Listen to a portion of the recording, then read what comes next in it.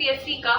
तो हम लेकर के आए हैं आपके लिए एक नया क्लास जो कि है एमपी के प्रमुख समारोह यूनिट सेकेंड के आर्ट एंड कल्चर में। तो सबसे पहले तो हम एमपी के मैप से स्टार्ट करते हैं, क्योंकि हमें पता है कि एमपी के मैप से हम इजीली लर्निंग कर सकते हैं। तो हम इस सीरीज में हम पढ़ेंगे ताकि हमें अच्छे से समझ में भी आए और याद हो जाए। तो पहले देखते हैं हम ग्वालियर समारोह। तो ग्वालियर में आयोजित होने वाले दो समारोह हैं, एक तो ध्रुपद समारोह है, दूसरा तानसेन समारोह है। तानसेन जो कि वहीं से रिलेट करते हैं तो वो हमारे लिए इजी पड़ेगा। दूसरा ध्रुपद समारोह जो कि पहले भोपाल में आयोजित होता था, अब 2021 से ये हमारे यहाँ ग्वालियर में होने लगी है। सागर में पद्माकर समारोह, पद्माकर जी वहीं से रिलेट करते हैं। सागर में आप ऐसे याद कर सकते हैं कि जैसे गंगा निकलती है बांग्लादेश में आकर के पद्मा का रूप बना लेती है, तो ये पद्माकर जो है, एमपी में तो कोई गंगा नहीं है, तो सागर में वो आयोजित होता है। तो सागर जो है वो हमारा पद्माकर समारोह वहां पे आयोजित होता है।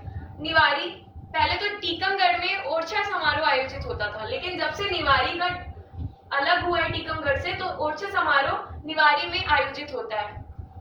छतरपुर में एज यूजुअल खजुराहो समारोह, वहां पे नृत्य का आयोजन होता है। जितने भी विभिन्न प्रकार के नृत्य होते हैं, जैसे भरतनाट्यम हो गया, कथकली हो गया, वो हमारे छतरपुर के खजुराहो समारोह में आयोजित होता है।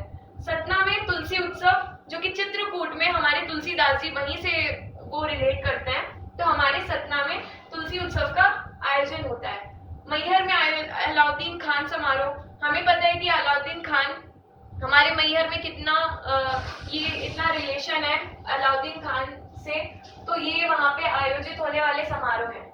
जबलपुर में सुभद्रा कुमारी चौहान के नाम पे हमारा सृजन पीठ भी है, जो कि जबलपुर में स्थित है। तो हम दो चीजों को ऐसे करके याद कर सकते हैं कि सुभद्रा कुमारी चौहान समारोह ये हमारे जबलपुर से है।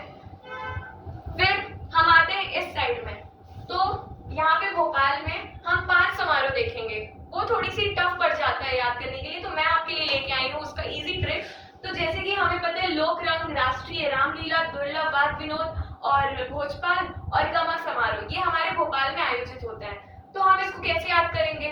तो हमें पता है रामलीला समारोह भोपाल से रिलेशन रखता है। तो रामलीला को रंग लगा के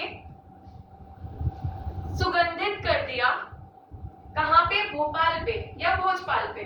तो भोजपाल में हम ऐसे याद कर सकते हैं कि भोजपाल में राम ने लीला को रंग लगा के सुगंधित कर दिया, जो कि दुर्लभ वाद विनोद, यानी कि दुर्लभ देखने को मिलता है। आजकल कौन रंग लगा के पूरा सुगंधित करता है एनवायरमेंट को?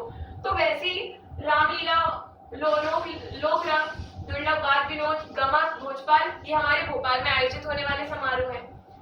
फिर शाजापुर, बाल कृष्ण नवीन, हम इसको कैसे याद कर सकते हैं कि बाल यानी कि बचपन में जो नए बाल आते हैं ना, कृष्ण जी के नए बाल हो, या तो ऐसे याद कर सकते हैं, या बच्चों के नए बाल आते हैं, तो मम्मी उनको कैसे सजा के उनके बाल बनाती है। तो शाजापुर में होने वाला समारोह बालकृष्ण नवीन के नाम से जाना जाता है।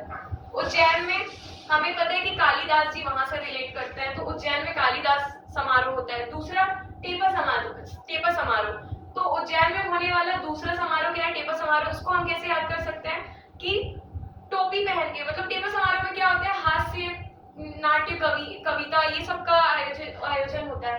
तो हमारा उज्जैन में लोग हास्य कविता में ज्यादा अव्वल होते हैं और वो टोपी पहनाने का काम करते हैं, हम ऐसे याद कर सकते हैं।